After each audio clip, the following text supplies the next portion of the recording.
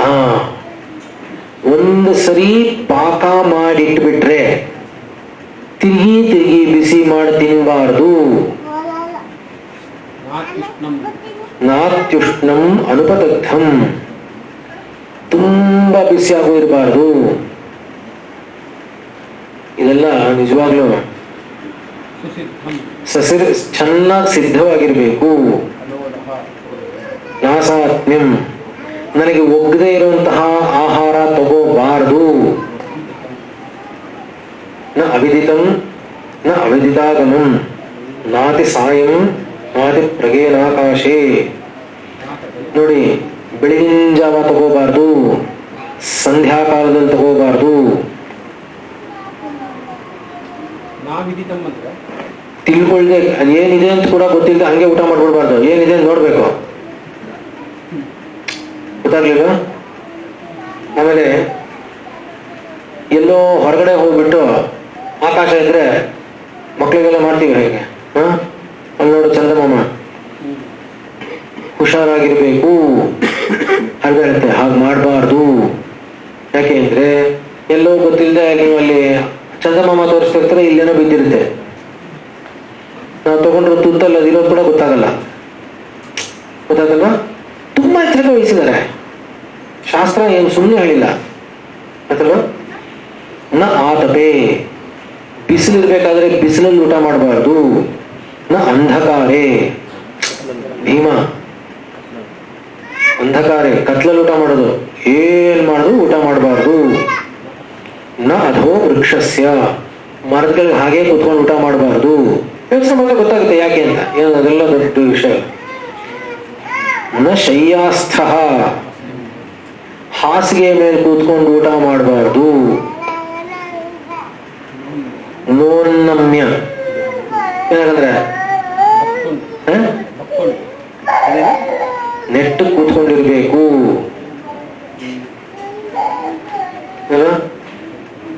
ಯಾವ್ಯಾವ್ದು ಆಗಲ್ವ ಎಲ್ಲ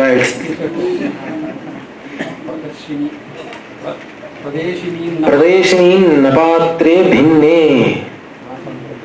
ಒಂದು ಸರಿ ಒಂದು ಪಾತ್ರೆಯಲ್ಲಿ ಊಟ ಮಾಡಕ್ ಶುರು ಮಾಡಿದ್ರೆ, ಹಿಂದೆ ಎಲ್ಲ ಇತ್ತು ಹಾಗೆ, ಇದು ನಮ್ಮ ಅಜ್ಜಿದ ತಟ್ಟೆ ಅನ್ನೋರು. ಅಂದ್ರೆ ಅಜ್ಜಿ ತಟ್ಟೆ ಅಂದ್ರೆ ಅಜ್ಜಿದ ಒಂದೇ ತಟ್ಟೆಯಲ್ಲಿ ಊಟ ಮಾಡ್ತಾ ಇದ್ದಿದ್ದು. ನಾವು ಆಗಲ್ಲ, ಒಂದೊಂದು ದಿವಸ ಒಂದೊಂದ್ರಲ್ಲಿ. ಹಾಗೆ ಊಟ ಮಾಡಬಾರ್ದು. ನಾಸಂವೃತೆ ನ ಮಲಿನೇ ಭಾವದೂಷಿತೆ, ಮಲಿನವಾಗಿರಬಾರ್ದು. ಅಸಂವೃತೆ, ಅಸಂವೃತ ಇವಾಗ ಎಲ್ಲವನ್ನೂ ಏನು ಮಲಿನವಾಗದೇ ಇರೋ ತರಹ ಮುಚ್ಚಿಟ್ಟು ಕಾಪಾಡಿರ್ಬೇಕು ಆಹಾರವನ್ನು. ನಚ ಆಸನ ಸ್ಥಿತೇನ, ಆಸನ ಸ್ಥಿತೇನ, ಟೇಬಲ್ ಮೇಲೆ ಒಂದೇ ಅಲ್ಲ, ಚೇರಲ್ಲಿ ಕೂತ್ಕೊಂಡು ಊಟ ಮಾಡಬಾರ್ದು. ಭೂಮಿ ಸ್ಪರ್ಶ ಆಗಿರ್ಲೇಬೇಕು ಅಂತ ಅರ್ಥ. ಆಗಿಲ್ಲದೆ ಇದ್ರೆ ಆಗೋದೇ ಇಲ್ಲ ಕೆಳಗಡೆ ಕೂತ್ಕೊಳ್ಳೋದು. ಇವಾಗ ಬೇರೆ ದಾರಿನೇ ಇಲ್ಲ. ಸದ್ಯ ಊಟ ಅನ್ನೋದು ಮಾಡ್ಬೇಕು, ಅದು ಮಾಡದೇ ಇರಕ್ಕಾಗಲ್ಲ. ಅದರಿಂದ ಅಷ್ಟರ ಮಟ್ಟಿಗೆ ಎಷ್ಟಾಗುತ್ತೋ ಅಷ್ಟು ಅಂತ ಅರ್ಥ. ಸುಮ್ಮನೆ ನೋಡಿ ಏನಾಗ್ತಾ ಇದೆ ಅಂತ ಸುಮ್ಮನೆ ಒಂದ್ಸರಿ ಜಸ್ಟ್ ಗೋ ಬ್ಯಾಕ್. ಬರ್ತಾ ಬರ್ತಾ ಬರ್ತಾ ಬರ್ತಾ ಕೆಳಗಡೆ ಭೂಮಿ ಸ್ಪರ್ಶ ಕೂಡ ಆಗಕ್ಕಾಗ್ತಾ ಇಲ್ಲ ನಮ್ಮ ಕೈನಲ್ಲಿ, ಆ ಮಟ್ಟಕ್ಕೆ ಬರ್ತಾ ಇದೀವಿ.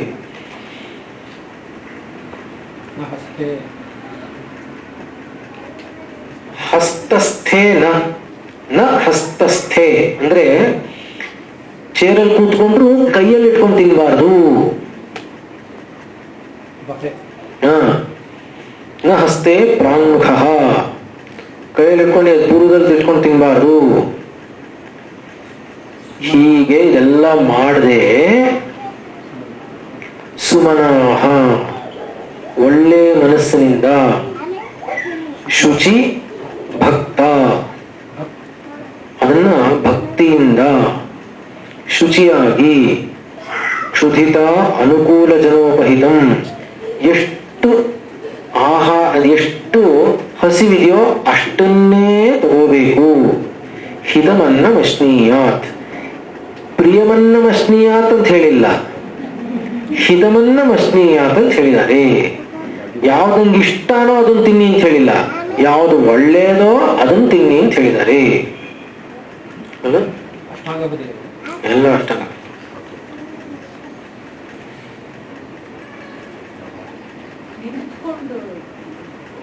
ಅದೊಂದು ಹೇಳಿಲ್ಲ ಅಂತಾನೆ. ಹೌದು, ನಿಜ, ಮುಸಲ್ಮಾನರು ಕೂಡ ಕರೆಕ್ಟ್. ಏನ್ ಮಾಡುದು ತಗೋಣ ಟಿವಿನ ಇಷ್ಟೇ ಹೇಳಿದ್ದಾರೆ. ಪಾಪ ಶಾಸ್ತ್ರ ಗೊತ್ತಿಲ್ಲ ಟಿವಿ ಬರುತ್ತೆ ಅಂತ, ಇದ್ದಿದ್ರೆ ಅದನ್ನು ಬಂದ್ಬಿಡ್ತಾ ಇತ್ತು. ಟಿವಿ ನೋಡಲು ಸುಮನಾಹ ಇರೋಲ್ಲ. ಹಾ ಅಲ್ಲಿ ಮನಸ್ಸು ಧಾರಾವಾಹಿ ಅಲ್ಲ, ಅವ್ರು ಹೇಳ್ತಾರೆ ಬೇರೆ. ಅಲ್ಲಿ ಸುಮನಾಹ ಇದ್ರೆ ಟಿವಿ ಮನಾಹ ಸುಮನ ಅಂತ ಟಿವಿಲೇ ಸುಮನ ಇದ್ರೆ ಏನೊಂದು ಬರ್ತಲ್ಲಪ್ಪ ಇವಾಗ, ಅದು ಇದು ಗಾಳಿಪಟ ಇದು ಆ ಥರದ್ದೊಂದು ಸುಮನ ಧಾರಾವಾಹಿ. ಮುಸಲ್ಮಾನರು ಕೂಡ ನಿಂತ್ಕೊಂಡು ತಿನ್ನೋದು ಕುಡಿಯೋದು ಇಲ್ಲ. ಹೌದು ಹೌದು ಹೌದು, ನಿಜ, ಹೌದು ನಿಜ. ನೋಡಿ ಯಾಕೆ ಇಷ್ಟು ಹೇಳಿದ್ದಾರೆ ಅಂತ ಅನ್ಸುತ್ತಲ್ವಾ. ಊಟ ಅನ್ನೋದು ಒಂದು ಯಜ್ಞ, ಅದೊಂದು ಯಜ್ಞ. ಅದಕ್ಕೋಸ್ಕರನೇ ಸ್ವಾಹಾಕಾರವನ್ನು ಹೇಳಿ ಮಾಡೋದು. ಈಗ ಒಂದು ಶಕ್ತಿ ಸಾಕ್ಷಾತ್ ಪರಮಾತ್ಮನಿಂದ ನಮ್ಮವರೆಗೂ ಒಂದೇ ಸಮನೆ ಹರಿದು ಬರ್ತಾ ಇದೆ ಅಲ್ವಾ. ನಾನು ಯಜ್ಞವನ್ನು ಮಾಡಿದಾಗ ಹೇಳಿಲ್ವಾ, ಅನ್ನಾದ್ಭವಂತಿ ಭೂತಾನಿ ಪರ್ಜನ್ಯಾದನ್ನ ಸಂಭವ, ಅನ್ನಾದ್ಭವತಿ ಪರ್ಜನ್ಯ ಅಂತ ಬಂದಿತ್ತಲ್ಲ. ಆ ಸೈಕಲ್ ಇದೆಯಲ್ಲ, ಆ ಸೈಕಲ್ನ ಆ ಲೂಪ್ ಕ್ಲೋಸ್ ಮಾಡ್ಬೇಕು ನಾವು. ಗೊತ್ತಾಗಲಿಲ್ಲ ನನಗೆ. ನಾನು ನನ್ನ ಶರೀರ ಉಂಟಾಗಿರುವಂತಹದ್ದು ಇದರಿಂದ. ಇವಾಗ ನೀವು ನೋಡಿ, ಗಿಡನ ಭೂಮಿಯಿಂದ ಕಿತ್ಬಿಟ್ರೆ ಹೊರಟೋಗ್ತದೆ ಅಷ್ಟೇ. ಅದು ಗೊತ್ತಾಗ್ಲಿಲ್ವಾ. ನಾನು ಗಿಡಕ್ಕೆ ನೀರು ಹಾಕೋ ಟೈಮಲ್ಲಿ ಕಿತ್ತಾಕ್ಬಿಟ್ಟು ಆಮೇಲೆ ತಿರುಗಿ ಇಟ್ರೆ ಅದು ಹಂಗೆ ಇರಲ್ಲ. ಗೊತ್ತಾಗ್ಲಿಲ್ವಾ. ಆದ್ರಿಂದ ಈ ಶರೀರ ಅನ್ನೋದೇನಿದೆಯೋ ಇದು ಸಾಕ್ಷಾತ್ ಪೃಥ್ವಿ ಅಂಶವೇ ಆಗಿರೋದ್ರಿಂದ, ಅದಕ್ಕೆ ಅದು ಆಧಾರವಾಗಿರೋದ್ರಿಂದ ನಾನು ಪೃಥ್ವಿಗೆ ಆ ಸನ್ನಿಕರ್ಷ ಇರಬೇಕು, ಹಾಗೇ ಮಾಡಬೇಕು. ಗೊತ್ತಾಗಲ್ಲ. ಸಾಯಂ ಪ್ರಾತಃ ದ್ವಿಜಾತೀನಾಂ ಅಶನಂ ಶ್ರುತಿಚೋದಿತಂ ನಾಂತರ ಭೋಜನಂ ಕುರ್ಯಾದ್ ಅಗ್ನಿಹೋತ್ರ ಸಮೋದಿತಿ ಅಲ್ವೇ. ಆರ್ದ್ರಪಾದಸ್ತು ಭುಂಜೀತ ನಾರ್ದ್ರಪಾದಸ್ತು ಸಂವಿಷಯ ಅಲ್ವೇ. ಮನುಸ್ಮೃತಿ. ಓ, ಮನುಸ್ಮೃತಿ ಅಂದ್ಬಿಟ್ರೆ ಅಂದ್ಬಿಡ್ತಾರೆ ತುಂಬಾ ಜನ. ಯಾವ್ಯಾವುದಕ್ಕ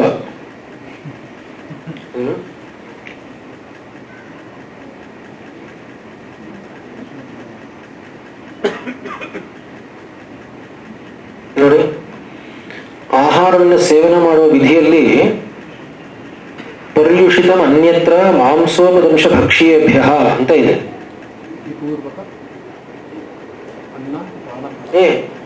ಏನಪ್ಪ ಆಹಾರ ಸೇವನೆ ವಿಧಿ?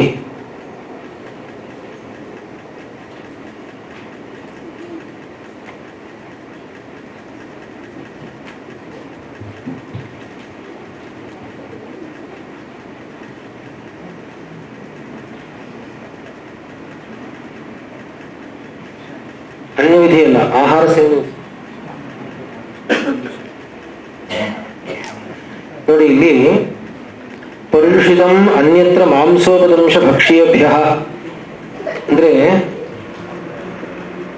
ಇದು ಯಾರು ಮಾಂಸಾಹಾರವನ್ನು ತಗೊಳ್ತಾರೆ ಅವರು ಕೂಡ ಇನ್ನೊಂದು ಪ್ರಾಣಿ ಕಚ್ಚಿ ಮಿಕ್ಕಿರುವಂತಹ ತಿನ್ನಬಾರ್ದು ಅಂತ ಹೇಳಿದ್ರು. ಅದು ಅವ್ರಿಗೆ, ನಮಗೂ ಸ್ವಲ್ಪ ಹಾಗೇನೆ. ಅಂದ್ರೇನು, ಎಂಜಲ್ ಮಾಡಿಬಿಟ್ಟಿದ್ದನ್ನ ಉಪಯೋಗಿಸಬಾರ್ದು.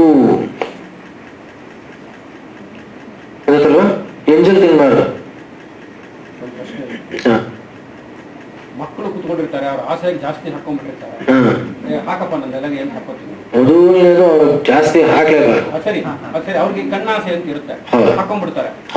ಇಲ್ಲಿ ಹೇಳ್ತೀನಿ, ಮಕ್ಕಳಲ್ಲಿ ತುಂಬಾ ಮುಗ್ಧತೆ ಇರುತ್ತೆ, ಅವ್ರ ಮನಸ್ಸುಗಳು ಕೆಟ್ಟಿರೋಲ್ಲ, ಅಲ್ಲಿ ದೋಷಯುಕ್ತವಾಗಿರೋಲ್ಲ, ಹಾಗಾಗಿ ಸ್ವೀಕಾರಾರ್ಹ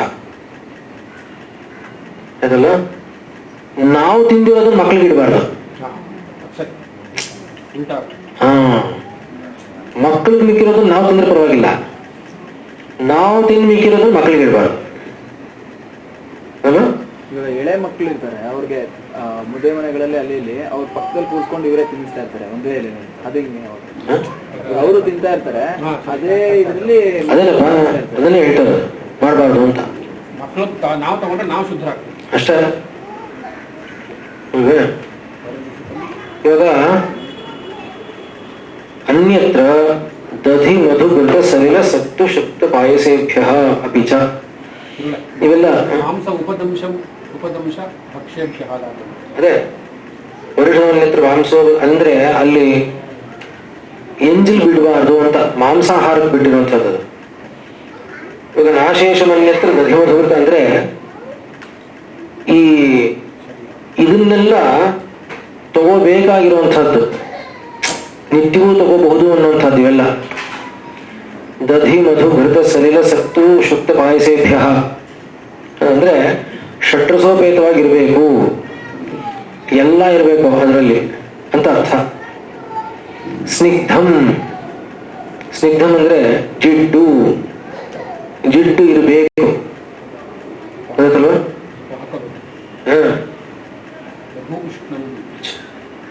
ಹ್ಯಾಕ್ ತಿನ್ಬೇಕು ಅಂದ್ರೆ ಸ್ನಿಗ್ಧಂ ಲಘು ಉಷ್ಣಂ ಅವಿಲಂಬಿತಂ ಅನತಿದ್ರುತಂ ಅಜಲ್ಪನ್ ಅಹಸನ್ ತನ್ಮನಃ.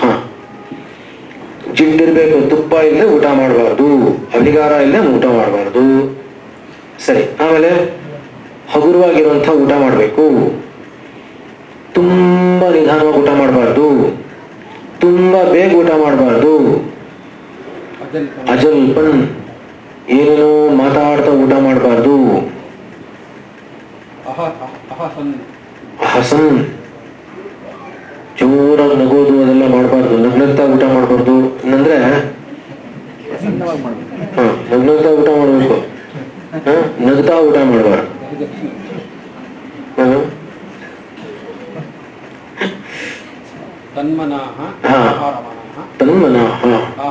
ತನ್ಮನಃ ಅನ್ನೋದ್ರಲ್ಲಿ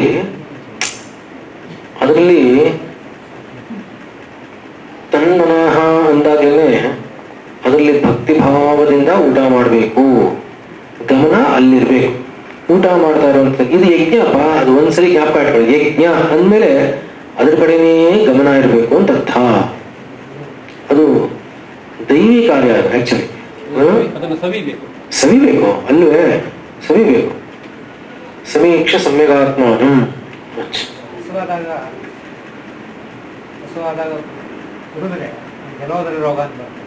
ನಿಜ.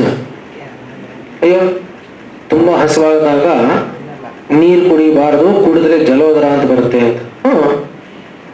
ಇಷ್ಟ. ಇವಾಗ ಹಸುವಾಗಿರುತ್ತೆ, ಹಸುವಾದಾಗ ನಾನು ಇವಾಗ ಯಜ್ಞೇಶ್ವರನ್ ಚೆನ್ನಾಗಿ ಬೆಳೀತಾ ಇರ್ತೇನೆ ಹೋಮಕುಂಡದಲ್ಲಿ. ನಾನು ಅವಾಗ ಇಂಧನ ಹಾಕ್ಬೇಕು. ಇಂಧನ ಹಾಕಿದ್ರೆ ಹಾಲು ಹಾಕ್ಬಿಟ್ರೆ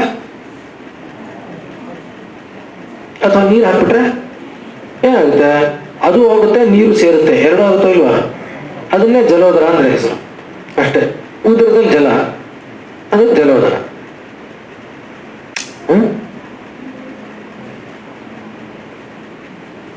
ನೋಡಿ, ಸ್ನಿಗ್ಧಾಹಾರ ತಗೊಂಡ್ರೆ, ಸ್ನಿಗ್ಧ ಅಂದ್ರೆ ಜಿಡ್ಡಿರೋಂಥದ್ದು ತಗೊಂಡ್ರೆ ಏನು ಚೆನ್ನಾಗಿ ಅಗ್ನಿ ವೃದ್ಧಿನೂ ಆಗುತ್ತೆ, ಎಲ್ಲ ಧಾತುಗಳಿಗೂ ಆಹಾರ ಎಲ್ಲ ಕಡೆನೂ ಹೋಗುತ್ತೆ. ಅದಲ್ವಾ? ಕ್ಷಿಪ್ರಂ ಜೀರ್ಯಂತಿ ಅನಿಲಂ ಮನೋಮಯಂತಿ.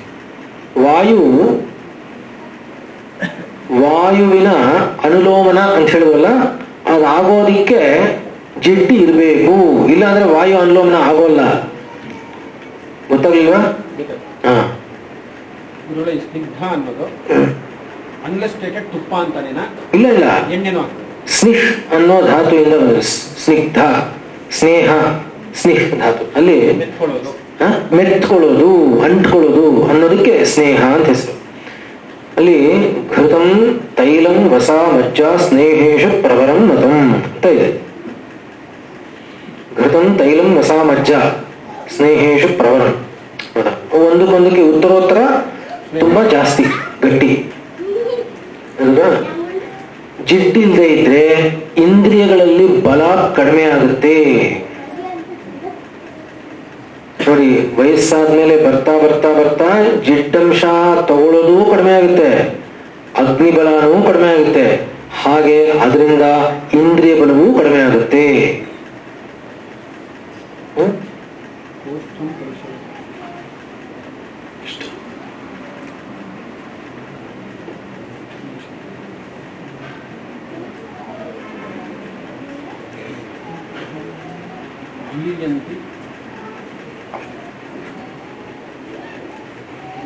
ಎಲ್ಲ ಬಿಸಿ ಬಿಸಿಯಾಗಿ ಊಟ ಮಾಡ್ಬೇಕು ಅಂತೆಲ್ಲ ಹೇಳಿದಿಲ್ಲ, ಇಲ್ಲ ಎಲ್ಲ ಅದ್ರ ರುಚಿ ಸಿಗುತ್ತೆ. ಬಿಸಿ ಬಿಸಿಯಾಗಿ ಊಟ ಮಾಡಿದ್ರೆ ಅವಾಗ ಸರಿಯಾಗಿ ಊಟ ಮಾಡಿದ್ರೆ, ಅವರು ರೆಫ್ರಿಜರೇಷನ್ ಅಂತ ಹೇಳಿದ್ರು. ನಾನು ಐ ಥಿಂಕ್ ನಾನು ಹೇಳಲಿಲ್ಲ ಅನ್ಸ್ತಲ್ವಾ, ಬರ್ಲಿಲ್ಲ. ಅದಕ್ಕೆ ರೆಫ್ರಿಜರೇಷನ್ ಅಲ್ಲಿ ನಿಜವಾಗ್ಲೂ ಇಡಬಾರ್ದು, ಆಯ್ತಲ್ವಾ. ಈಗ ಒಂದು ದೃಷ್ಟಿಯಲ್ಲಿ ನೋಡಿ, ನನಗೆ ಎಷ್ಟು ಬೇಕೋ ಅಷ್ಟು ತಗೊಂಡು ಬರಬೇಕು, ನಾನು ಅಡಿಗೆ ಮಾಡಬೇಕು, ನನಗೆಷ್ಟು ಬೇಕೋ ಅಷ್ಟೇ ಅಡಿಗೆ ಮಾಡಬೇಕು, ಒಬ್ಬರಿಗೋ ಇಬ್ಬರಿಗೋ ಹೆಚ್ಚಿರ್ಬೇಕು ಮನೆಯಲ್ಲಿ.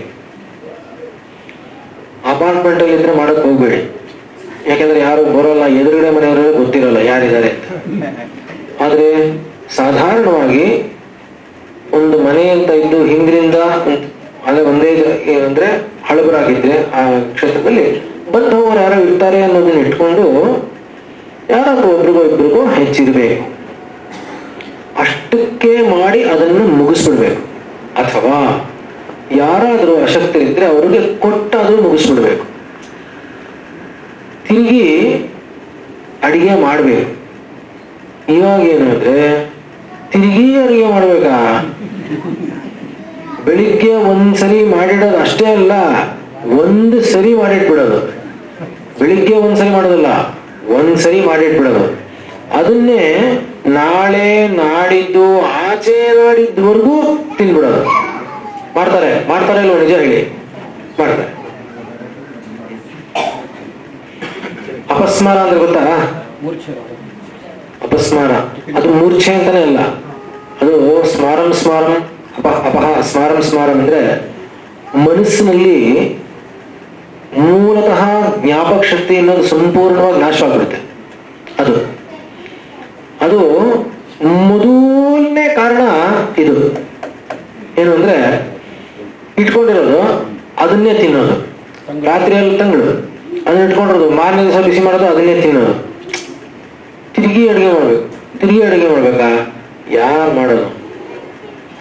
ಇಷ್ಟಾಗಿ ನಾವೇನ್ ತುಂಬಾ ಕೆಲಸ ಮಾಡ್ತಿರ್ತೀವಿ ಅಂತಿಲ್ಲ. ಅಂದ್ರೆ ದಯವಿಟ್ಟು ಸ್ತ್ರೀಯರು ಯಾರು ತಪ್ಪಾಗಿ ತಿಳ್ಕೋಬೇಡಿ. ಆದ್ರೆ ನಮಗೆ ಮನೆಯಲ್ಲಿ ಕೆಲಸ ಮಾಡಕ್ಕೆ ಬೇಜಾರು ಆಗೋದು ಇಲ್ಲ. ಅಂದ್ರೆ ಕೆಲವು ಬೇಜಾರು ಅಂದ್ರೆ ಅದೇ ಕೆಲಸ ಮಾಡ್ತಾ ಇರ್ಬೇಕಲ್ಲ ಅಂತ, ಅದೇ ಅಡಿಗೆ ಅದೆಷ್ಟು ಬೇಕೋ ಅಷ್ಟು. ಅಂದ್ರೆ ಅಡಿಗೆಯವ್ರನ್ನ ಇಟ್ಕೊಂಡಿದ್ರೆ ತಪ್ಪಿಲ್ಲ, ಆದ್ರೆ ಈ ತರಹ ಮಾಡ್ಬೇಕು ಅಂತ ಹೇಳ್ತಾ ಇರೋದು. ಅಂದ್ರೆ ಫ್ರೆಶ್ ಆಗಿ ಊಟ ಮಾಡಿ ಅಂತ ಅಷ್ಟೇ ಹೇಳ್ತಾ ಇರೋದು. ಫ್ರೆಶ್ ಆಗಿ ಎಷ್ಟು ಬೇಕೋ ಅಷ್ಟನ್ನೇ ಮಾಡಿಸ್ಕೊಳ್ಳೋದು. ತಿರುಗಿ ಅವ್ರು ಇವಾಗ ನಿಜವಾಗೂ ಅಡಿಗೆಯವ್ರನ್ನ ಇಟ್ಕೊಂಡ್ರೆ ಪಾಪ ಅವ್ರದ್ದು ಜೀವನ ಆಗುತ್ತೆ. ನಾನು ಆ ಥರ ಹೇಳ್ತಾ ಇಲ್ಲ.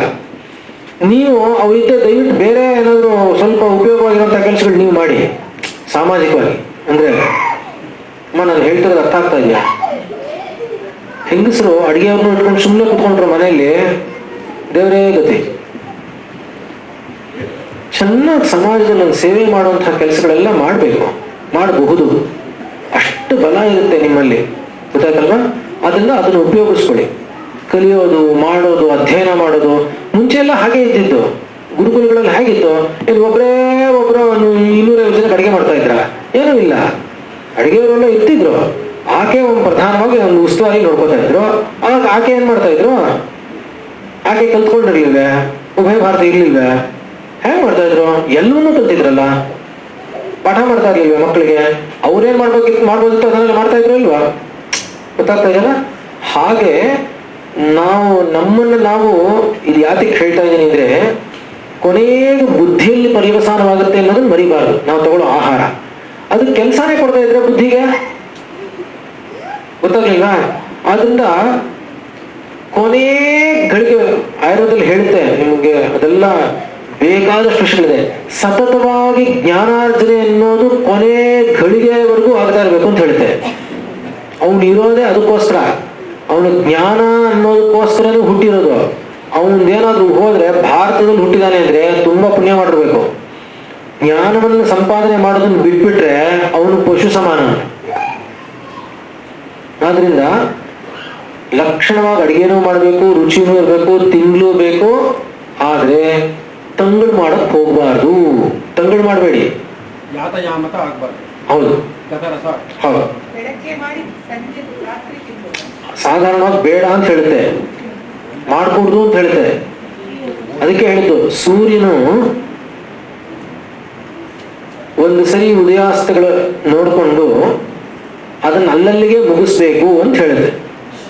ನೋಡಿ, ದೋಸೆ ಹಿಟ್ಟು ಆ ಥರದ್ದು ಸಾಮಾನ್ಯವಾಗಿ 2-3 ದಿನಕ್ಕೆ ಅದ ಸಂಸ್ಕಾರ ಆಗೋದೇ ಹಂಗೆ. ಅದು ದೋಸೆ ಹಿಟ್ಟು ನಾವು ಅವಾಗ ಮಾಡಕ್ ಆಗೋದೇ ಇಲ್ಲ.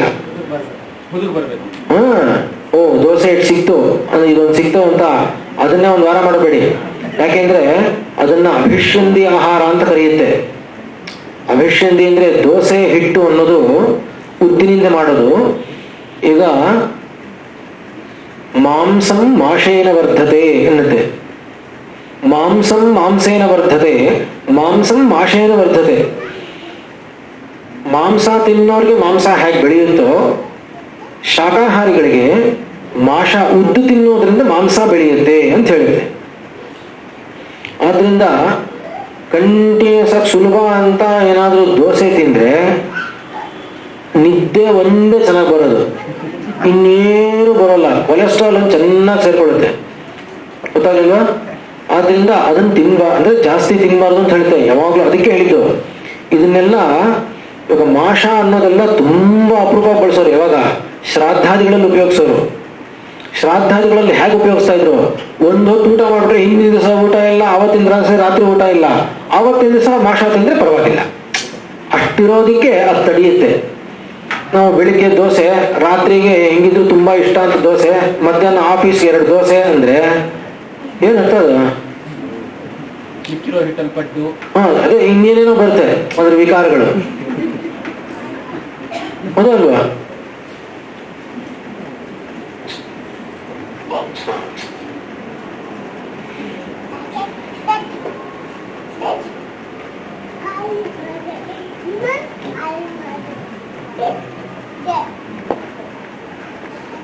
ನೋಡಿ, ಅಧ್ಯಶನಂ, ಅನಶನಂ, ಅಮಾತ್ರಾಶನಂ, ವಿಷಮಾಶನಂ ಎಲ್ಲ ಒಂಥರಹ ಬ್ಯಾಲೆನ್ಸ್ಡ್ ಆಗಿರ್ಬೇಕು. ಯಾವುದೋ ಒಂದು ರಸ ಪ್ರಧಾನವಾಗಿರುವಂಥದ್ದು ತಥಾ ವಿಶೇಷತಃ ಸಾತ್ವಿಕದಲ್ಲಿ ಬರುತ್ತಲ್ಲಪ್ಪ, ಆಮೇಲೆ ಬರೋದು ಇದರ ನೆಕ್ಸ್ಟ್ ಹೌದು. ತಥಾ ವಿಶೇಷತಃ ಸಮಶನಂ, ಅಧ್ಯಶನಂ, ಅಮಾತ್ರಾಶನಂ, ವಿಷಮಾಶನಂಚ ವರ್ಜಯೇತ್. ಇವಾಗ ಕೋಸಂಬರಿ ಹಾಕೊಂಡ್ರೆ ನಂಗೆ ಇಷ್ಟ ಅಂತ ಒಂದಿಷ್ಟು ಕೋಸಂಬರಿ ಹಾಕೊಂಡ್ಬಿಡೋದು, ಒಂದಿಷ್ಟೇ ಅನ್ನ ತಿಂದು ಎದ್ಬಿಡೋದು. ಹಾಗೆ ಮಾಡಬಾರ್ದು. ನನ್ಗೆ ಏನೇ ಇಷ್ಟ ಇರಲಿ, ಇವತ್ತೇನು ಬೇಳೆ ಒಬ್ಬಟ್ಟ, ಸರಿ ಪ್ಲಾನ್ ಮಾಡೋದು, ಎಲ್ಲ ಇಷ್ಟಿಷ್ಟು ತಿನ್ನೋದು. ಬೇಳೆ ಒಬ್ಬಟ್ಟು ಬಂತು ಅಂದ ತಕ್ಷಣ ಹಾಗೆ ತಿನ್ನಬಾರ್ದು. ಯಾವುದೇ ಇಷ್ಟವಾಗಿದ್ರೂ ಅದನ್ನ ಹಿತವಾಗಿ ಕನ್ವರ್ಟ್ ಮಾಡ್ಕೊಂಡು ಊಟ ಮಾಡ್ಬೇಕು. ಕೊನೆಯಲ್ಲಿ ಆರೋಗ್ಯ ಚೆನ್ನಾಗಿ ಜ್ಞಾಪಕ ಇಟ್ಕೊಳ್ಳಿ. ಕಾಯಿಲೆಗಳು ಬಂದ್ರೆ ಯಾರು ಇರ್ತಾರೆ?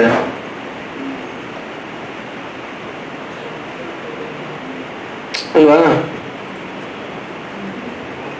ಶಂಕರ್ ಹೇಳ್ತಾರಲ್ಲಪ್ಪ, ಪಶ್ಚಾತ್ ಜೀವತಿ ಜರ್ಜರ ದೇಹೆ ವಾರ್ತಾಂಕೋಪನ ಬೃಚ್ಛದಿಗೆ ಯಾರು ಹೇಳ್ತಾರೆ? ಯಾರು ಬರಲ್ಲ. ಇಲ್ಲ, ಮೊಳಕೆ ಬಂದ ದೋಷ ಅಲ್ಲ, ತುಂಬಾ ಗುರು, ಜೀರ್ಣ ಆಗೋದು ತುಂಬಾ ಕಷ್ಟ, ಗೊತ್ತಾಗಲ್ವ?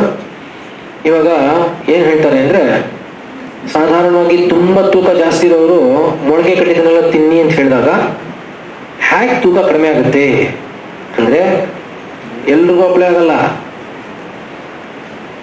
ಅವಾಗ ಅದು ಜೀರ್ಣ ಆಗೋದಕ್ಕೆ ತುಂಬಾ ಹೊತ್ತು ತಗೊಳುತ್ತೆ, ಹಸಿವೆ ಆಗೋಲ್ಲ, ತಿನ್ಬೇಕು ಅಂತ ಅನ್ಸಲ್ಲ. ಅವಾಗ ಇದರಿಂದ ಅದಾಗ್ತಾ ಇದೆ ಅಂತಲ್ಲ, ಅಲ್ಲಿ ತಿಂದಿದ್ದು ನಾನು ಸುಮ್ಮನೆ ಇರ್ತೀನಲ್ಲ, ಆ ಅಗ್ನಿ ಬಿಸಿ ಆಗಿ ಆಗಿ ಆಗಿ ಕರಗ್ತಾ ಕರಗ್ತಾ ಕರಗ್ತಾ ಅವಾಗ ಅದರಿಂದ ಕಡಿಮೆ ಆಗುತ್ತೆ ವೇದೋಧಾತು. ಅಲ್ಲಿಗೆ ನಾನು ಮೊಳಕೆ ಕಾಳು ಕಟ್ಟಿದ್ರಿಂದ ಸಣ್ಣ ಅದೇ ಅಲ್ಲ, ಮೊಳಕೆ ಕಾಳು ತಿಂದ ಮೇಲೆ ಜೀರ್ಣ ಆಗೋದಕ್ಕೆ ತುಂಬಾ ಸಮಯ ತಗೋತಾ ಇದೆ. ಆ ತುಂಬಾ ಸಮಯ ನಾನು ತಿನ್ನೋಲ್ಲ, ತಿಂದೇ ಇರ್ಬೇಕಾದ್ರೆ ಅಗ್ನಿ ವೃದ್ಧಿ ಆಗ್ತಾ ಇರುತ್ತೆ. ಉಪವಾಸ ಮಾಡೋದು ಅದಕ್ಕೆ ಅಂದ್ರೆ ಅಗ್ನಿ ವೃದ್ಧಿ ಆಗ್ಬೇಕು ಅಂತ ಮಾಡೋದು. ಆದ್ರಿಂದ ಆ ಅಗ್ನಿ ವೃದ್ಧಿಯಾಗಿ ಇದನ್ನು ಕರಗಿಸ್ತಾ ಹೋಗುತ್ತೆ. ಹಾಗೆ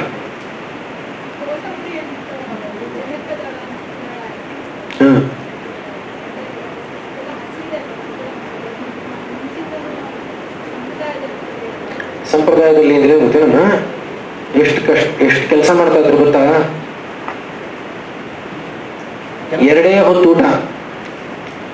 ಊಟ ತಾನೆ. ಆದ್ರಿಂದ ಧಾನ್ಯಗಳನ್ನ ತಿಂದ್ರೆ ತಪ್ಪಲ್ಲ, ಆದ್ರೆ 2 ಹೊತ್ತೆ ಗೃಹಸ್ಥನಿಗೆ ಹೇಳಿರೋದು 2 ಹೊತ್ತೆ, ಬ್ರಹ್ಮಚಾರಿಗೆ ಅದನ್ನೇನು ಹೇಳಿಲ್ಲ, ಆ ತರಹ ಹೇಳಿಲ್ಲ. ಆದ್ರೆ ಗೃಹಸ್ಥನಿಗೆ ಹೇಳಿರೋದು 2 ಹೊತ್ತು. ನಾವು ಅದು ಮಾಡೋಲ್ಲ. ನಾವು ಅಷ್ಟು ಚೆನ್ನಾಗಿ ಕಷ್ಟಪಟ್ಟು ಕೆಲಸ ಮಾಡಿದ್ರೆ ಆವಾಗ ಅದನ್ನು ತಿನ್ಬೋದು, ಗೊತ್ತಾಯ್ತಲ್ವಾ? ಇಲ್ಲ ಅಂದ್ರೆ ತಿನ್ಬಾರ್ದು. ದಿನ ಯಾರು ಮಾಡ್ತಾರೆ? ಯಾರು ಮಾಡೋಲ್ಲ. ಅದೇ ದಿನ ಯಾರು ಮಾಡೋಲ್ಲ, ದಿನ ಯಾರು ಮಾಡ್ತಾರೆ? ದಿನ ಯಾರು ಮಾಡಲ್ಲ. ಭುಕ್ತಸ್ಯೋಪರಿ ಭುಕ್ತಂ ಅಧ್ಯಕ್ಷನ ತಿಂದು ಯಾರೋ ನೋಡಿ, ಇದೆಲ್ಲ ಜ್ಞಾಪ ಬರುತ್ತೆ. ಗರ್ಭಿಣಿಯರು ಏನ್ ಮಾಡ್ತಾರೆ, ಸಾಧಾರಣ ಗೊತ್ತಾಗಲ್ಲ, ತಿಂದಿದ್ದೀನಿ ಇನ್ನೂ 1 hour ಆಗಿಲ್ಲ, ತುಂಬಾ ಸಂಕಟ ಆಗುತ್ತೆ ಅಂತಾರೆ. ಸಂಕಟ ಆಗ ತುಂಬಾ ಹಸಿವು, ಅದಕ್ಕೆ ತಿರುಗಿ ತಿನ್ನೋದು. ಆಮೇಲೆ ಒಂದು ಆ್ಯಪಲ್ ತಿಂತೀನಿ, ಆಮೇಲೆ ಹುಟ್ಟೋ ಮಗು ಇರ್ತಲ್ಲ, ಅದು ಶುರುನಲ್ಲೇನೆ ಕೆಮ್ಮಕ್ಕೆ ಶುರು ಮಾಡ್ಬಿಡ್ತಾರೆ, ಮೂಗ ಸೋತಾನೆ ಇರುತ್ತೆ, ಏನ್ ಮಾಡಿದ್ರು ನೆಗಡಿ ಹೋಗಲ್ಲ. ಆಮೇಲೆ ಬ್ರಾಂಕೈಟಿಸ್ ಅಂತ ಇಷ್ಟು ಶುದ್ಧ ಹೆಸರು ಹೇಳ್ಬಿಟ್ರೆ ಎದ್ದು ಬಿಡ್ತಾರೆ, ಚರ್ಮದಲ್ಲಿ ತೊಂದರೆ ಬರುತ್ತೆ. ಇದೆಲ್ಲ ಯಾಕೆ ಬರುತ್ತೆ? ಅಧ್ಯಕ್ಷನದಿಂದ ಬರುತ್ತೆ. ಮೇಲೆ ತಿನ್ನೋದು, ಗೊತ್ತಾಗಲ್ಲ? ಡ್ರೈ ಫ್ರೂಟ್ಸ್ ತಂದಿದೆ, ಅದು ಜ್ಞಾಪಕ ಬರ್ತದೆ, ಈಗಲೇ ಹೇಳ್ಬಿಡ್ತೀನಿ. ಡ್ರೈ ಫ್ರೂಟ್ಸ್ ತುಂಬಾ ಒಳ್ಳೇದು, ಎಲ್ಲರೂ ತಿನ್ಬೇಕು ಅಂತ ಸುಮ್ಮನೆ ಹೋಗ್ತಾ ಬರ್ತಾ ಕಡಲೆಕಾಯಿ ತರ ಪ್ಯಾಕೆಟಲ್ಲಿ ಇಟ್ಕೊಂಡು ತಿನ್ಬಿಟ್ರೆ ಡ್ರೈ ಫ್ರೂಟ್ ಒಳಗೋಗುತ್ತೆ, ಇವನಾಗ್ತಾನಷ್ಟೇ ಡ್ರೈ, ಅದು ಜೀರ್ಣವೇ ಆಗೋಲ್ಲ. ಡ್ರೈ ಫ್ರೂಟ್ಸ್ ಅನ್ನೋದು ತುಂಬಾ ಪೊಟೆನ್ಸಿ ಜಾಸ್ತಿ, ಗೊತ್ತಾಗಲ್ವಾ? ಆದ್ರಿಂದ ಗರ್ಭಿಣಿಯರು, ತುಂಬಾ ವಯಸ್ಸಾದವರು, ಅವ್ರಿಗೆಲ್ಲ ಕೊಡ್ಬೇಕಾದ್ರೆ, ಯಾಕೆಂದ್ರೆ ವಯಸ್ಸಾಗ್ತಾ ತುಂಬಾ ಆಸಕ್ತಿ ಬಂದ್ಬಿಡ್ತೇವೆ ಅವ್ರು ನೋಡ್ಕೊಳ್ಳೋದು. ಅವ್ರು ಚೆನ್ನಾಗಿ ಕೊಡ್ಬೇಕು ಅಂತ ಅವ್ರು ಚೆನ್ನಾಗಿ ಬೇಳೆ, ಇದು ಕಾಳು, ಪ್ರೋಟೀನ್ ಪೌಡ್ರು, ಅದು ಎಲ್ಲ ಮಾಡಿ ಡ್ರೈ ಫ್ರೂಟ್ಸ್ ಎಲ್ಲ ತಂದು ಕೊಟ್ಬಿಡೋದು. ಅವ್ರಿಗೆ ಚೆನ್ನಾಗಿ ವಯಸ್ಸಲ್ಲಿದ್ದು ಕಷ್ಟಪಟ್ಟು ವ್ಯಾಯಾಮ ಮಾಡೋರ್ಗೆ ಜೀರ್ಣ ಆಗ್ತಾ ಇರಲ್ಲ. ಅದೇನು ಉದ್ದೇಶ ಏನಂದ್ರೆ, ಅಲ್ಲ ಒಳ್ಳೆ ಉದ್ದೇಶನೇ, ಅವ್ರಿಗೆ ಚೆನ್ನಾಗಿ ಕೊಟ್ರೆ ಚೆನ್ನಾಗಿ ಆಗ್ಬಿಡ್ತಾರೆ ಅಂತ. ಚೆನ್ನಾಗಾಗಲ್ಲ, ಖಂಡಿತ ಚೆನ್ನಾಗಾಗಲ್ಲ. ಪ್ರಕೃತಿಯನ್ನ ನಾವು ಅನುಸರಿಸ್ಕೊಂಡು ಹೋದ್ರೆ ಸುಮ್ಮನೆ ಇರ್ಬೇಕು ಅಂತ ಅಷ್ಟೇ ಅರ್ಥ. ಓಹೋ, ಬರ್ತಾ ದೋಸೆ ಕೊಡೋದನ್ನ ಇಳಿಸಿ ಆಮೇಲೆ ಸ್ವಲ್ಪ ಬರೀ ಅನ್ನಕ್ಕೆ ಬಂದು ಆಮೇಲೆ ಬರ್ತಾ ಗಂಜಿ ಕೊಟ್ಕೊಂಡಿದ್ರೆ ಚೆನ್ನಾಗಿರ್ತಾರೆ. ಯಾರೋ ನಮ್ಮ ಅಜ್ಜಿ ತಿಂತಾ ಇದ್ರು, 95 ತಿಂತಾ ಇದ್ರು ಅಂದ್ರೆ, ಯಾರೋ ನಮ್ಮ ಅಜ್ಜಿ ಅಂತ ಹೇಳ್ತಾರಲ್ಲ, ಆ ಅಜ್ಜಿ ಮಾತ್ರ ಹಂಗಿರ್ತಾರೆ. ಎಲ್ಲ 95 ವರ್ಷ ಅಜ್ಜಿ ಅಂದ್ರು ಹಂಗೆ ಇರ್ತಾರೆ ಅಂತೇನು ಇಲ್ಲ, ಗೊತ್ತಾಯ್ತಲ್ವಾ? ರೂಲ್ ಅನ್ನೋದು ಎಲ್ಲ ಸುಮ್ಮನೆ ಒಂಥರ ಯೂನಿವರ್ಸಲ್ ಆಗಿ ಅಪ್ಲೈ ಮಾಡಬಾರ್ದು, ಜನರಲ್ ಆಗಿ. ಅವ್ರವ್ರು ಏನು ಕರ್ಮವಶಾತ್ ಏನು ಪಡ್ಕೊಂಡು ಬಂದಿರ್ತಾರೋ ಹಂಗಿರ್ತಾರೆ. ನಮಗೆ ಗೊತ್ತು, ಅವರು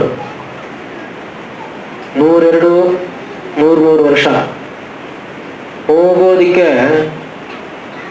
3 ತಿಂಗಳು 4 ತಿಂಗಳು ಮುಂಚೆ ಕೂಡ ಸಂಜೆ ಆಗ್ತಾ ಇದ್ದ ಹಾಗೇನೆ ಇಲ್ಲೇ ಕೊಡ್ಲೆ ಟೈಮಲ್ಲಿ ಅವರೇಕಾಳು ಸೀಸನಲ್ಲಂತೂ ಅವರೇಕಾಳು ಆಗಬೇಕು, ಕಾಫಿನೂ ಆಗಬೇಕು. ಅವ್ರಿಗೆ ಸ್ಮರಣೆ ಅನ್ನೋದು ಅತ್ಯದ್ಭುತವಾಗಿತ್ತು. ಅವರು ಈ ದೇವ್ರಿಗೆಲ್ಲೋ ನನ್ನ ಅಡ್ರೆಸ್ ಮರ್ತೋಗಿದೆ ಅಂತ ಅವ್ರ ಮುಂದೆ ಸುಮಾರು ಜನ ಹೊರಟೋಗಿದ್ರು. ಅವರು ಫಸ್ಟ್ ಕ್ಲಾಸ್ ಆಗಿ ಕೋಡ್ಬಳೆ ಕೊಟ್ರೆ ಕೋಡ್ಬಳೆ ತಿನ್ನೋರು, ಜೀರ್ಣನೂ ಮಾಡ್ಕೊಳ್ಳೋರು, ಮೋಷನೂ ಆಗೋದು, ಚೆನ್ನಾಗೂ ಇದ್ರು, ಮಾತು ಫಸ್ಟ್ ಕ್ಲಾಸ್ ಆಗಿತ್ತು. ಕೊನೇ ದಿವಸ ಅಷ್ಟೇ ಅವ್ರು ಮಾತಾಡಲಿಲ್ಲ ಅನ್ಸುತ್ತೆ, 1-2-3 ದಿವಸ ಅಷ್ಟೇ ಬಿಟ್ರೆ ಇದೆಲ್ಲ ನಿಜವಾಗ್ಲೂ ಪುಣ್ಯ. ಗೊತ್ತಾಯ್ತಲ್ವಾ? ಎಲ್ರಿಗೂ ಸಿಗೋಲ್ಲ ಹಾಗೆ. ಹಾ ಹಾ ತೊಗರಿ ಏನು ಎಲ್ಲಾ ಬೆಳೆನೂ ಕಡಿಮೆ ಮಾಡ್ಬೇಕು. ನೀವೇನಿಲ್ಲ, ಚೆನ್ನಾಗಿ ತಿಳ್ಕೊಳ್ಳಿ, ಮಗುಗೆ ನೀವು ಹೇಗೆ ಆಹಾರ ಕೊಡ್ತಾ ಇರ್ತೀರೋ ಹಾಗೆ ವಾಪಸ್ ಬರ್ತಾ ಅದೇ ಆಹಾರ ಬರಬೇಕು ಅಷ್ಟೇ. ಅವ್ರು ಮಗು ಆಗ್ತಾ ಬರ್ತಾರೆ. ಯಾರು ಕೇಳಿದ್ದು? ಕೈ ಎತ್ತಿ. ಏನು? ಹಾ, ಸಿರಿಧಾನ್ಯ. ನೋಡಿ, ನಿಜವಾಗ್ಲೂ ಸಿರಿಧಾನ್ಯ ಅಂತ ಏನು ಕನ್ನಡದಲ್ಲಿ ಇವಾಗ ಕರೀತಾರೋ, ಶಂಕರರು ಅದಕ್ಕೆ ತುಂಬಾ ಅವರ ಅಂತಾರೆ. ಅವರ ಅಂದ್ರೆ ತುಂಬಾ ಲೋ, ಕಡಿಮೆ ಅಂತಾರೆ. ಏನಪ್ಪಾ ಅಂದ್ರೆ ಸಿರಿಧಾನ್ಯ ಅದು ಎಷ್ಟು ಚಿಕ್ಕದಾಗಿರುತ್ತೋ ಅಷ್ಟು ಬಲ ಜಾಸ್ತಿ. ಆ ಬಲ ನಮಗೆ ಬಲ ಕೊಡಬೇಕಾದ್ರೆ ನಾನು ಸಿಕ್ಕಾಪಟ್ಟೆ ವ್ಯಾಯಾಮ ಮಾಡಬೇಕು ಅದಕ್ಕೆ. ಇಲ್ಲ ಅಂದ್ರೆ ತುಂಬಾ ಕಷ್ಟ ಆಗುತ್ತೆ. ಯಾರೋ ಹೇಳಿದ್ರು ಸಿರಿಧಾನ್ಯ ತಿಂದ್ರೆ ಡಯಾಬಿಟಿಸ್ ಹೊರಟೋಗುತ್ತೆ ಅಂತ. ನಮ್ಮ ಹತ್ರ ಬಂದಿರೋರು ಡಯಾಬಿಟಿಸ್ನವ್ರು ಯಾರು ಸಿರಿಧಾನ್ಯ ತಿಂದು ಕಡಿಮೆ ಆಗಿದೆ ಅಂತ ನಾನು ಹೇಳೋದು ನೋಡೇ ಇಲ್ಲ. ಖಂಡಿತ ಕಡಿಮೆ ಆಗಲ್ಲ. ಏನ್ ಇಟ್ಸ್ ದ ಸೈಂಟಿಫಿಕ್ ಫ್ಯಾಕ್ಟ್. ಒಳಗಡೆ ಹೋಗಿ ಜೀರ್ಣ ಆಗದೆ ಇದ್ರೆ ಖಂಡಿತ ಜಾಸ್ತಿ ಆಗುತ್ತೆ. ಅದಲ್ವಾ? ರಾಗಿ ಬೆಳೆ ಅದಕ್ಕೆ ಹೇಳಿದ್ದು. ನಮ್ಮ ಇದಕ್ಕೆ ನೋಡ್ಕೊಂಡು ನಾವು ಯಾವ ದೇಶ ಕಾಲ ಎಲ್ಲ ಬಂತಲ್ಲ ಅದೆಲ್ಲ ಮನಸ್ಸಿಗೆ ತಂದ್ಕೊಳ್ಳಿ. ಅದಲ್ವಾ?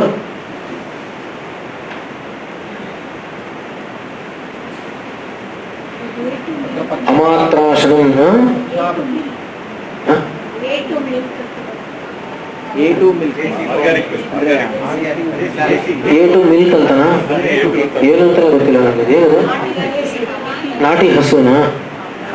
ಏನಿಲ್ಲ,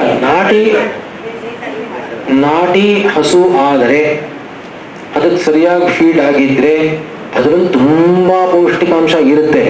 ಆದರೆ ಅದಷ್ಟೇ ಗುರು, ಅದಷ್ಟೇ ಹೆವಿ ಜೀರ್ಣಕ್ಕೆ. ಯಾಕೆ ಗೊತ್ತೇನು?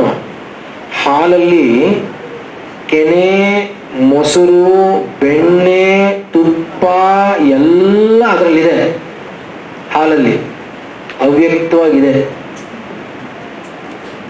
ಆದ್ರಿಂದ ನೀವು ಹಾಲು ಕುಡಿದ್ಬಿಟ್ಟು ಬೆಳಿಗ್ಗೆ 6:30 meal, 7:30 breakfast, 9:30 short break, 11 o'clock lunch ಅಂತ ಏನಾದ್ರು ಕೊಟ್ಬಿಟ್ರೆ ಮಕ್ಕಳಿಗೆ ಏನೇನೋ ಶುರು ಮಾಡ್ಕೊಂಡಿದ್ದಾರಲ್ಲ. ಶಾರ್ಟ್ ಬ್ರೇಕ್, ಲಾಂಗ್ ಬ್ರೇಕ್, ಮಧ್ಯಾಹ್ನ ಆಫ್ಟರ್ನೂನ್ ಬ್ರೇಕ್, ಈ ಬ್ರೇಕ್, ಆ ಬ್ರೇಕ್. ನಮ್ದು ಎರಡು ಅಲ್ವೇ ಅಲ್ಲ, ಎರಡು ನಮ್ದಲ್ಲ. ಎಮ್ಮೆ ಹಾಲು ಇನ್ನೂ ಗುರು. ಅದೇ ಅಗ್ರದ್ರವ್ಯ ಅಂತ ಅದೇ ಒಂದು ದೊಡ್ಡ ಒಂದು ಚಾಪ್ಟರ್ ಇದೆ. ಅದರಲ್ಲಿ ಹೇಳುತ್ತೆ, ಮಾಹಿಷ ಕ್ಷೀರ ಸ್ವಪ್ನ ಜನಾನಾಂ ಶ್ರೇಷ್ಠಂ ಅನ್ನುತ್ತೆ. ಯಾರಿಗೆ ನಿದ್ದೆನೇ ಬರಲ್ವೋ, ಯಾರು ಶ್ರಾಂತರಾಗಿರ್ತಾರೋ, ಎರಡು ನೋಡಿ. ಯಾರು ನಿದ್ದೆನೇ ಬರಲ್ವೋ ಅಂದ್ರೆ ಮಧ್ಯಾಹ್ನ ಎಲ್ಲ ನಿದ್ದೆ ಮಾಡ್ಬಿಟ್ರು ನಿದ್ದೆ ಬರಲ್ಲ ರಾತ್ರಿ. ಅವ್ರಿಗೋಗ ಎಮ್ಮೆ ಹಾಲು ಕುಡಿದ್ರೆ ಕೊಲೆಸ್ಟ್ರಾಲ್ ಜಾಸ್ತಿ ಆಗುತ್ತೆ ಅಷ್ಟೇ. ಹಾಗೆ ಮಾಡಬಾರ್ದು. ಶ್ರಾಂತರಾಗಿರ್ಬೇಕು. ಚೆನ್ನಾಗಿ ಆಯಾಸ ಆಗ್ಬಿಟ್ರೆ ಆದ್ರೂ ನಿದ್ದೆ ಬರಲ್ಲ ಕೆಲವು ಸರಿ. ಯಾರಿಗೆ ತುಂಬಾ ಆಯಾಸ ಪಟ್ಟು ರಾತ್ರಿ ನಿದ್ದೆ ಬರ್ತಾ ಇರಲ್ವೋ ಅಂಥವ್ರಿಗೆ ಸ್ವಲ್ಪ ಎಮ್ಮೆ ಹಾಲು ಕೊಟ್ರೆ, ಆ ಜೀರ್ಣಕ್ಕೆ ನೋಡ್ಕೊಂಡು ಅಗ್ನಿ ಬರಕ್ಕೆ ಸ್ವಲ್ಪ ಕೊಟ್ರೆ ಅವ್ರು ತುಂಬಾ ಚೆನ್ನಾಗಿ ನಿದ್ದೆ ಬರುತ್ತೆ. ಅಂದ್ರೆ ಅದಕ್ಕೆ ಆ ಗುಣ ಇದೆ ಅಂತ ಅರ್ಥ. ಮಾಹಿಷ ಕ್ಷೀರ ಸ್ವಪ್ನ ಜನನಾನಾಂ ಶ್ರೇಷ್ಠಂ. ಮೂಲಂಗಿ ತಿಂತಾ ಇರ್ಲಿಲ್ಲ ಗೊತ್ತಾ ನಮ್ಮವರು? ಮೂಲಂಗಿ ತಿಂತಾ ಇರ್ಲಿಲ್ಲ. ಮೂಲಿ ರಕ್ತ ಪ್ರದೂಷಕಾಣಾಂ ಶ್ರೇಷ್ಠಂ. ರಕ್ತವನ್ನ ಕೆಡಿಸೋದ್ರಲ್ಲಿ ಎತ್ತಿದ ಕೈ ಮೂಲಂಗಿ.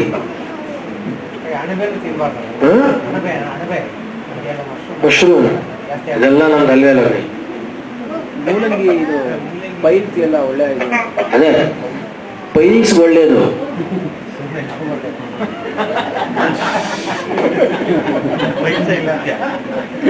ಅದು ಪೈಲ್ಸ್ ಬಂದಾಗ ಅದನ್ನ ಹೇಗೆ ಉಪಯೋಗಿಸ್ಬೇಕು ಅಂತ ಅರ್ಥ. ಮೂಲಂಗಿ ಪೈಲ್ಸ್ ತುಂಬಾ ಒಳ್ಳೇದು ಅಂತ ಹೌದು, ಪೈಲ್ಸ್ ಅಷ್ಟೇ ಒಳ್ಳೇದದು. ಅದು ಕೂಡ ಅಷ್ಟೇ.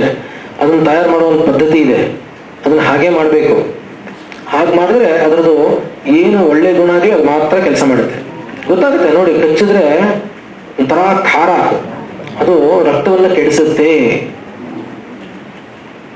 ಈರುಳ್ಳಿ ಬೆಳ್ಳುಳ್ಳಿ ಅಂದ್ರೆ ಬುದ್ಧಿಯ ಮೇಲೆ ತುಂಬಾ ಅದರದ್ದು ಪ್ರಭಾವ ಇದೆ. ಖಂಡಿತವಾಗ್ಲೂ ದುಷ್ಪ್ರಭಾವನೆ. ಅದು ಸ್ವಲ್ಪ ರಜೋಗುಣ ಯಾರಿಗಿದೆಯೋ ಅಥವಾ ಅವ್ರಿಗೆ ಹೇಳಿರುವಂತಹ ಕೆಲಸಕ್ಕೆ ಯಾರಿಗೆ ರಜೋಗುಣ ಬೇಕೋ ಅಂಥವ್ರದನ್ನು ತಿನ್ನಬೇಕು ಅಂತಿದೆ. ಆದರೆ ವಾತ ಶಾಮಕ ಅನ್ನೋದು ಕೂಡ ಹೇಳುತ್ತೆ. ಲಶುನ ಅನ್ನೋದು ಅಂದ್ರೆ ಬೆಳ್ಳುಳ್ಳಿ ಅನ್ನೋದು ಮುಂಚೆ, ಅದಕ್ಕೆ ನೆಕ್ಸ್ಟ್ ಲೆವೆಲ್ ಅಲ್ಲಿರೋದು ಈರುಳ್ಳಿ.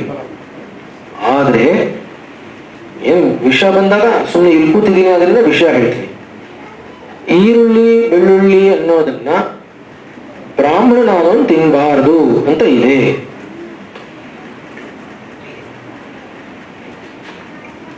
ಯಾರು ಏನು ಹೆದರ್ಬೇಕಾಗಿಲ್ಲ, ಯಾರು ಬಿಡಲ್ಲ, ಏನು ಯೋಚನೆ ಮಾಡ್ಬಿಡಿ. ಬೆಳ್ಳುಳ್ಳಿಗೆ ಅಮೃತ ಸ್ಥಾನ ಇದೆ. ಅದಕ್ಕೆ ಹೇಳಿದ್ದು ಏನು ಅಂದ್ರೆ ವಾತಶಾಮಕ ಅಂತ ಹೇಳೋದು ತುಂಬಾ ಅದರ ಔಷಧಿ ಗುಣಗಳು ತುಂಬಾ ಇದೆ.